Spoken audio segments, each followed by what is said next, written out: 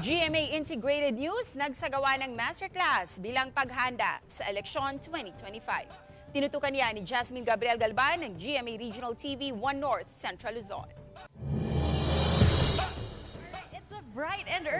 Para mas mapalawak pa ang kaalaman sa eleksyon 2025, sumailalim sa GMA Masterclass Road to the 2025 Elections ang mga mamamahayag at staff ng GMA Integrated News. Tinalaki ni COMELEC Chairman George Garcia ang overview ng eleksyon, voters education at nagkaroon din ng demonstration ng mga bagong automated counting machines. Ipinasubok din ng COMELEC ang pagboto gamit ang touchscreen na gagamitin sa pagboto ng mga OFW. Sa unang pagkakataon din, pwede na rin ang online voting sa registered Filipino voters abroad. Basta lang po constant monitoring, vigilance. Now, sa internet voting, naka-cloud siya pero at the same time meron siyang data center. Meron din siyang hard copy. The hard copies can always be used as basis of the results. Tinalakay naman ni UP Journalism Professor Dr. Rachel Can kung paano ginagamit ang Artificial Intelligence o AI sa politika at eleksyon. Sa GMA AVP for Legal, Attorney Jose Viner Ibarra, tinalakay ang election laws.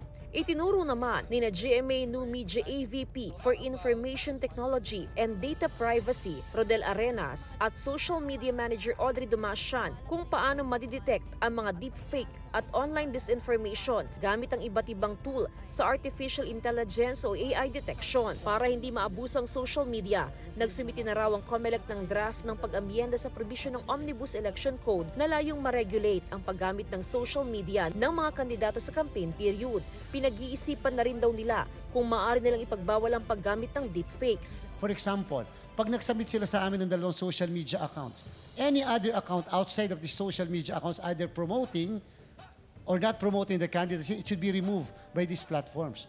Because technically that's campaigning.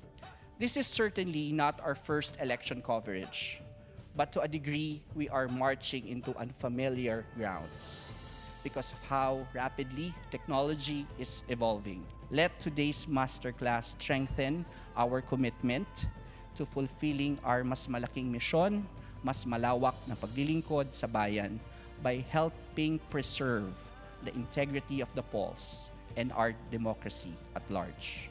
Mula sa GMA Regional TV 1 North Central Luzon, Jasmine Gabriel Galban, nagbabalita para sa GMA Integrated News.